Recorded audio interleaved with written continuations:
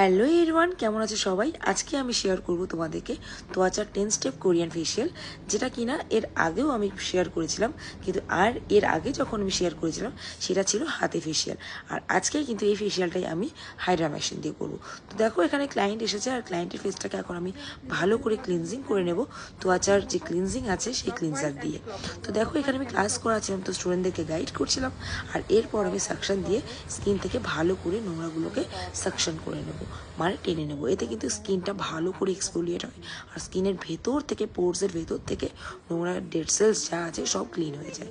এরপর এখানে আমি ডিট্যানিং ইউজ করলাম, আর ডিট্যানটা করার পর দেখো স্কিনটা কতটা ক্লিয়ার হয়েছে।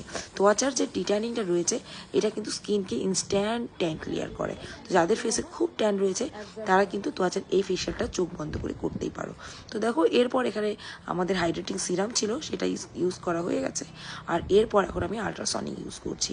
তো দেখো এখানে আল্ট্রাসনিক আমি জেল ইউজ করেছি, তার উপর আল্ট্রাসনিকটা করেছি স্কিন টাইটনিংয়ের জন্য। আর এরপর দেখো তোয়াচার যেটা সব থেকে ফেমাস রাবার প্যাক, সেই রাবার প্যাকটা ইউজ করেছি। তো এখন আমি রাবার প্যাকটাকে ভালো করে তুলে নিচ্ছি, আর তোলার পর দেখতেই পারছো স্কিনটার ভেতর থেকে যে একটা সফট স্কিন আসছে সেটা কিন্তু দারুণ। তো যাই হোক, এরপর আমি এলইডি মাস্ক লাগিয়ে নিয়েছি, যেহেতু ক্লায়েন্টের ফেসে পিম্পলস ছিল তাই আমি ব্লু লাইটটাই ইউজ করেছিলাম। আর এই হচ্ছে ক্লায়েন্টের ফাইনাল রেজাল্ট। তো বিফোর অ্যান্ড আফটার দেখলে কেমন লাগলো তোমাদের, কমেন্টস করে জানিও।